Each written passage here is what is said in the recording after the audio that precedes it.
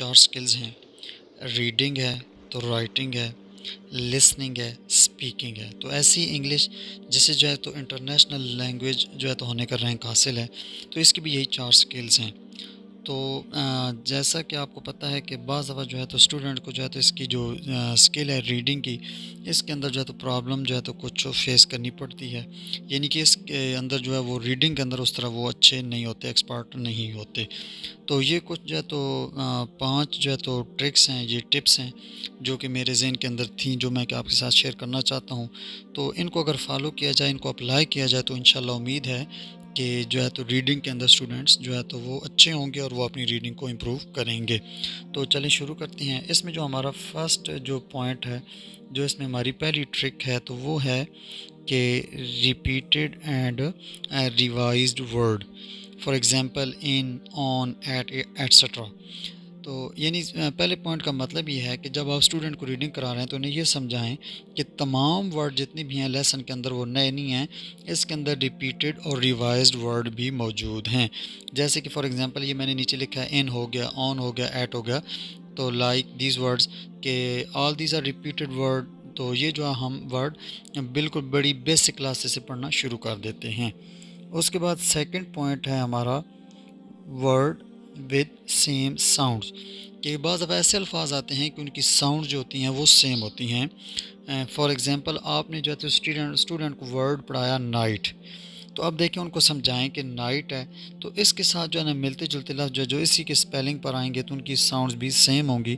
For example اس کے آگے میں نے ورڈ لکھا ہے sight, right, light, might, et cetera. تو یہ ورڈ ہیں، ان میں ان کا صرف پہلا ورڈ چینج ہو رہا ہے، تو باقی سب ان کا جو ساؤنڈ ہے وہ سیم ہے۔ اس کے بعد جو تیسرا پوائنٹ یہاں پر میں نے لکھا ہے، تو وہ یہ لکھا ہے کہ انسرکل دا سائلنٹ لیٹرز۔ آپ بچوں کو پڑھا رہے ہیں تو جو لفظ جس کے اندر کوئی اگر سائلنٹ ورڈ اگر یوز ہوئی ہیں تو وہ انہیں جو ہے تو انسرکل کروا دینے ہیں کہ یہ ورڈ سرکل ہیں، تو صرف ان کو دیکھنا ہے، ان کو پڑھنا نہیں ہے۔ تو اس سے بھی یہ ہوتا ہے کہ بچے کا کافی برڈن جو اسٹوڈنٹ کا ہے وہ کم ہو جاتا ہے۔ اس کی اگزامپل آپ نیچے دیکھ لیں، میں نے لکھی ہے فار ایگزامپل اب دو کا لفظ ہے THOUGH، دو۔ اب دیکھیں اس میں صرف THO کی آواز آ رہی ہے، UGH جو تینوں لیٹر ہیں یہ سائلنٹ ہیں۔ ایسی واک کا لفظ ہے تو اس میں ایل سائلنٹ ہے، تو اس طرح ان کو یہ سائلنٹ کروا دیں تاکہ وہ جب لفظ کو دیکھیں تو وہ سائلنٹ کی طرف توجہ نہ کریں۔ اس کے بعد اگلا سٹیپ میں نے لکھا ہے کہ اگر کوئی نیا لفظ آ جاتا ہے، if there is a new long and difficult word divide it into pieces۔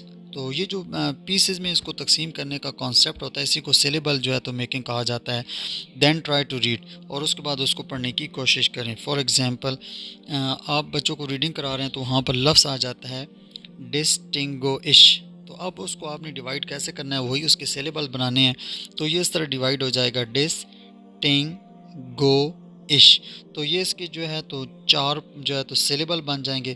پہلے بچوں کو یہ الگ الگ اسٹوڈنٹ کو سکھائیں اور اس کے بعد جو ہے تو انہیں اکٹھا جو ہے نا پڑھنے کا طریقہ بتائیں کہ اب یہ جو ہے نا یہ لفظ بن گیا ہے۔ اور اس کے بعد جو اگلا پوائنٹ ہے، پانچواں اور موسٹ امپورٹنٹ جو پوائنٹ ہے، وہ ہے ڈرل میتھڈ۔